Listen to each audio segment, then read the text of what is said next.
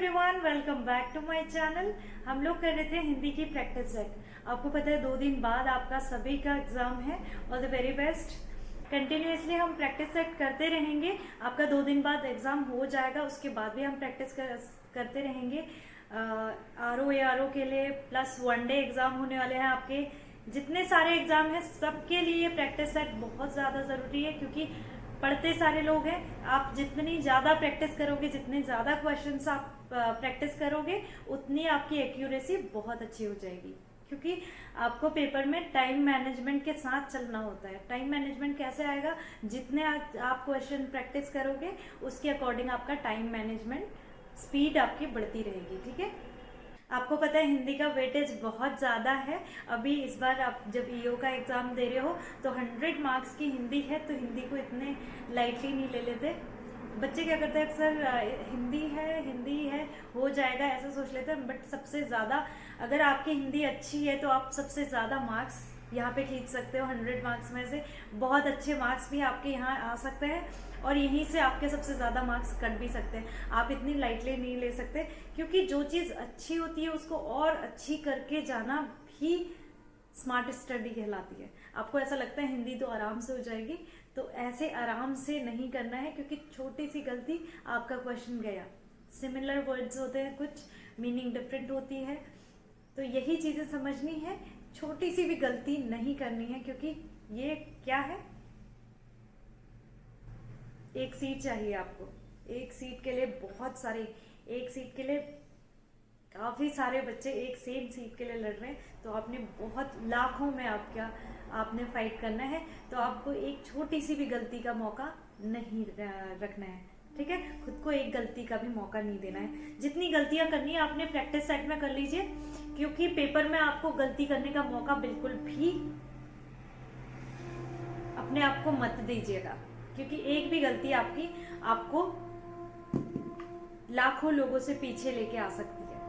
ठीक है, तो एक भी गलती नहीं करनी, एक छोटी से छोटी गलती भी ना हो। इसलिए आप प्रैक्टिस जितनी ज्यादा करेंगे, आप सबका सिलेबस कंप्लीट हो गया है, तो क्वेश्चन प्रैक्टिस बहुत ज्यादा करनी है।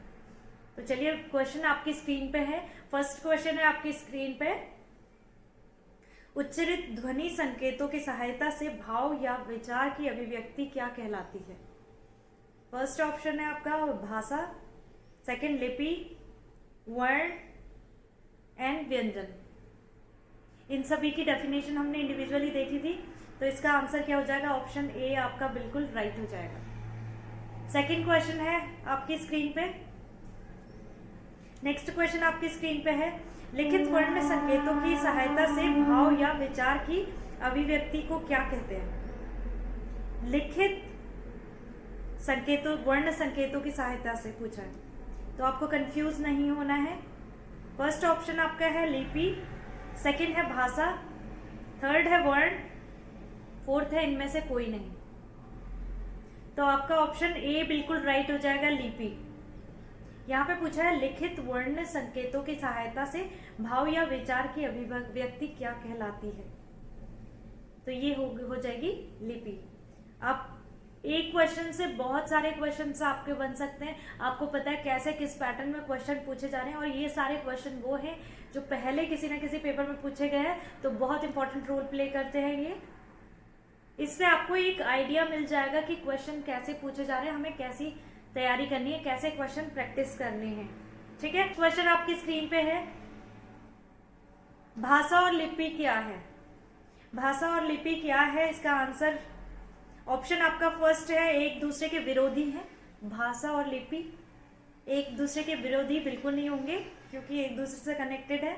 ये हो जाएंगे हमारे, ऑप्शन बी आपका है एक दूसरे के पूरक। बिल्कुल सही आंसर है ये, ऑप्शन बी हमारा बिल्कुल राइट हो जाएगा। एक दूसरे के पूरक होते हैं भाषा और लिपि।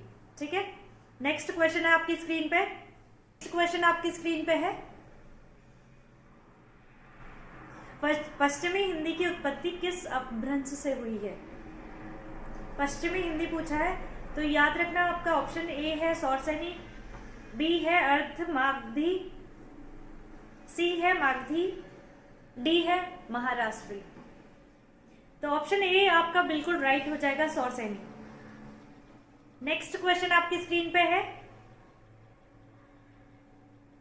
हिंदी गद्य के विकास के लिए आरंभिक प्रयास करने वाले संस्था का नाम। हिंदी विकास के लिए आरंभिक प्रयास करने वाली संस्था का नाम, तो ये था फोर्ट विलियम कॉलेज कलकत्ता।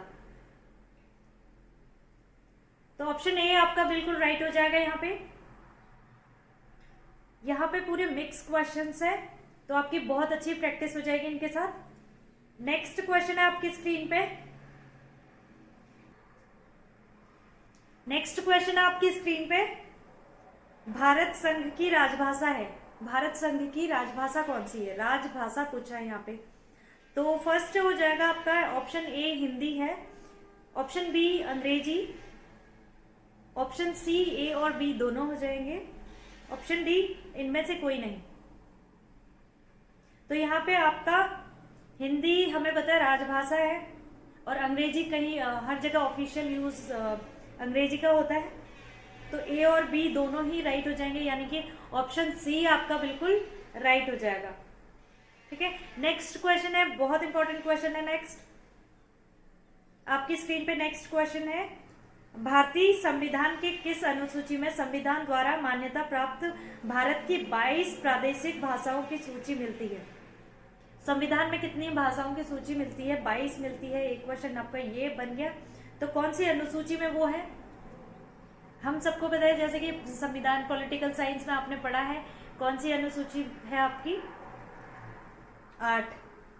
ठीक है, तो यहाँ पे ऑप्शन डी आपका बिल्कुल राइट हो जाएगा, अष्टम अनुसूची, जिसमें कितनी भाषाएं दी हुई हैं? 22 भाषाएं दी हुई हैं। ठीक है,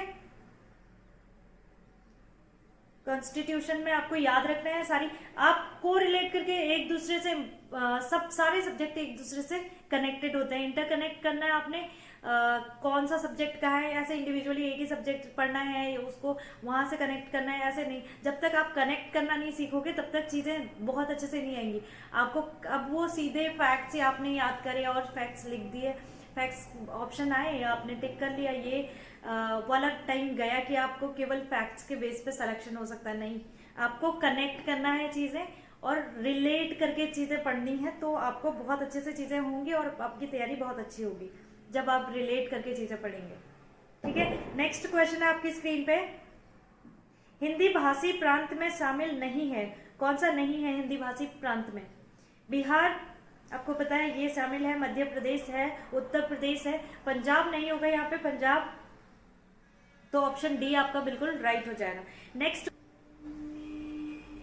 नेक्स्ट क्वेश्चन आपकी स्क्रीन पे है,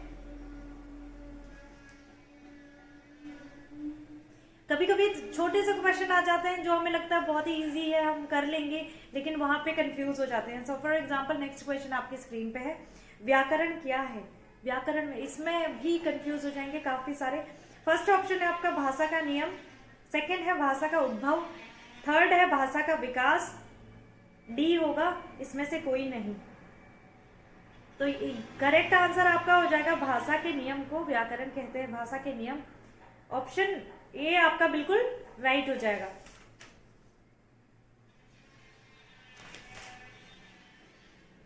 नेक्स्ट क्वेश्चन है आपकी स्क्रीन पे, हिंदी वर्णमाला में वर्णों की संख्या कितनी है? ये बेसिक से क्वेश्चन होते हैं जिनको हम पढ़ते टाइम हमें लगता है ये तो आता ही है हमें, लेकिन जब क्वेश्चन आते हैं तो क्या होता है? कंफ्यूजन हो जाता है। यही कंफ्यूजन नहीं रखना है, इसीलिए क्वेश्चन प्रैक्टिस करते रहना है जितने ज्यादा आप कर पाए।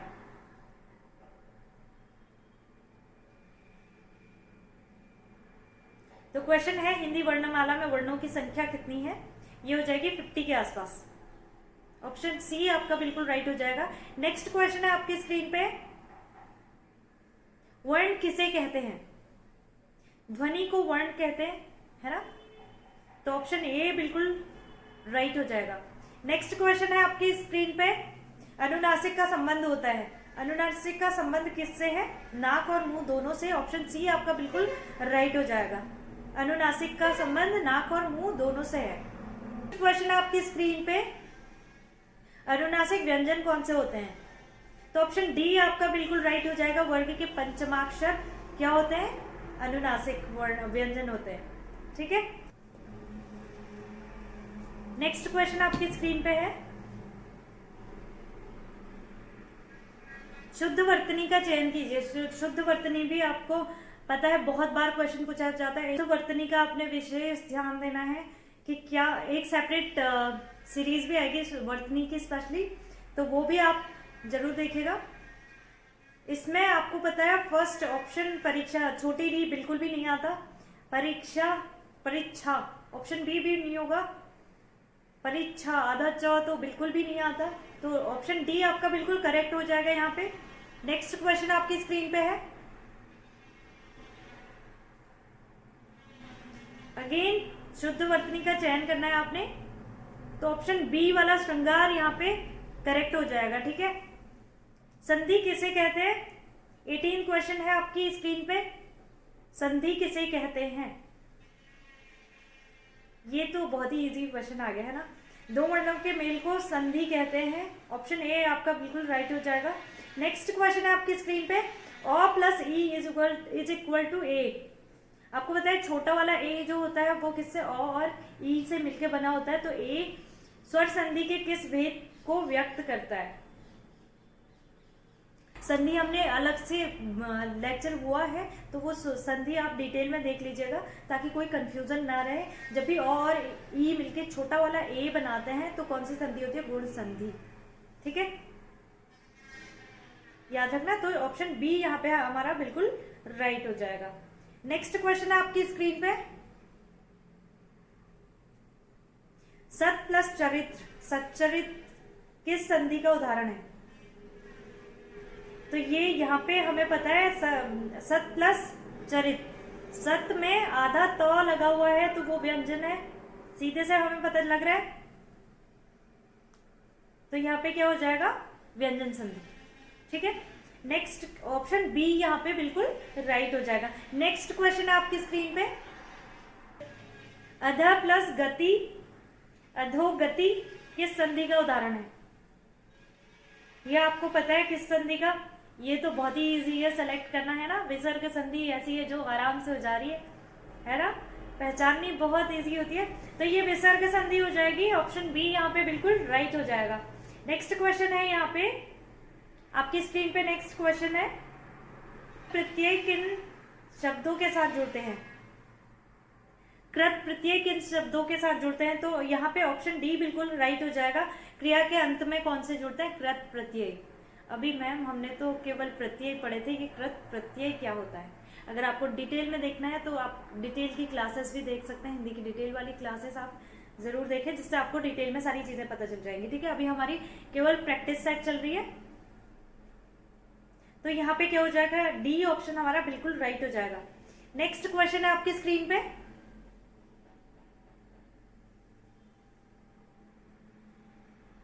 पढ़ने वाला में किस प्रत्यय का प्रयोग हुआ है, प्रत्यय कौन सा प्रयोग हुआ है पढ़ने वाला में, तो यहाँ पे ऑप्शन ए आपका बिल्कुल राइट हो जाएगा। कृदंत प्रत्यय यूज हुआ है पढ़ने वाला में, कृदंत प्रत्यय। नेक्स्ट क्वेश्चन आपकी स्क्रीन पे है, इया प्रत्यय का प्रयोग किस शब्द में हुआ है। इया आपको पता है जब आप वर्ड पढ़ते हो ना, कभी भी आपको प्रत्यय सेलेक्ट करना है तो वर्ड जब भी आप पढ़ते हो, आपको पता ही है प्रत्यय कितने हैं, कितने टाइप्स हैं उन सबके, तो आपको बिल्कुल वर्ड को पढ़ते ही पता लग जाएगा कि क्या है। फर्स्ट वर्ड आप पढ़ोगे भोजपुरिया, इसमें आ गया, तो ऑप्शन ए आपका बिल्कुल राइट हो जाएगा, भोजपुरिया। या प्रत्यय होता है, रिया कोई प्रत्यय नहीं होता। इतना आप कॉमन सेंस यूज करके इसको करेक्ट कर सकते हो। ठीक है, कुछ हिंदी की चीजें ऐसी हैं कि जो आप बेसिक सी गलती करते हो, छोटी सी गलती कर देते हैं, ऐसा लगता है कि सिली सी मिस्टेक्स, यही नहीं करनी है, इसके लिए आपको प्रैक्टिस की जरूरत पड़ती है। नेक्स्ट इसका आंसर हो जाएगा ऑप्शन ए बिल्कुल राइट हो जाएगा। नेक्स्ट क्वेश्चन है आपकी स्क्रीन पे, समास का शाब्दिक अर्थ क्या है। समास का शाब्दिक अर्थ है संक्षिप्त करना, किसी भी चीज को संक्षिप्त करना समास का शाब्दिक अर्थ है। इसका मतलब ऑप्शन ए बिल्कुल राइट हो जाएगा। नेक्स्ट क्वेश्चन है आपकी स्क्रीन पे, देवासुर में कौन सा समास है। देवासुर में समास हो जाएगा हमारा ऑप्शन बी द्वंद्व समास।